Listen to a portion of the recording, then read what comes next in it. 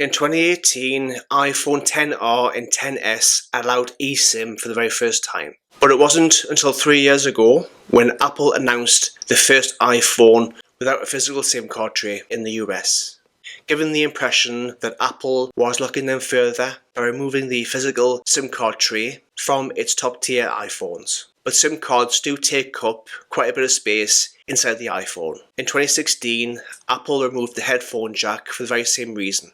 But what are the benefits of eSIM over a physical SIM card?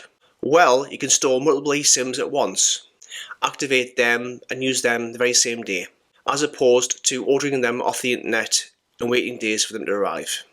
When abroad, we are usually hit by high data fees.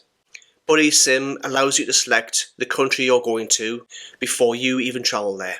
The other benefits are better security. If your phone is lost or stolen, or you've left the country you're staying in, it can be deactivated immediately. Speaking of eSIM, ByteSIM is the sponsor of today's video.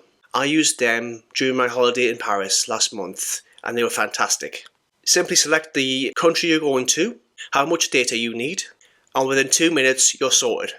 They are offering 10% off with a coupon code. I will leave a link down below.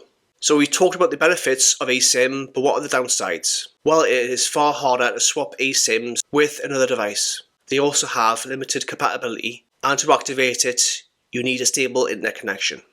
Not ideal if you don't have any data to begin with. If you have an iPhone that is 6 years old or newer, you can add an eSIM by going to Settings, Cellular, scroll down a bit and select Add eSIM. From there, you can scan a QR code, which will allow you to activate it straight from there. I am Lee the Geordie. Thanks for watching, and I will see you in the next video.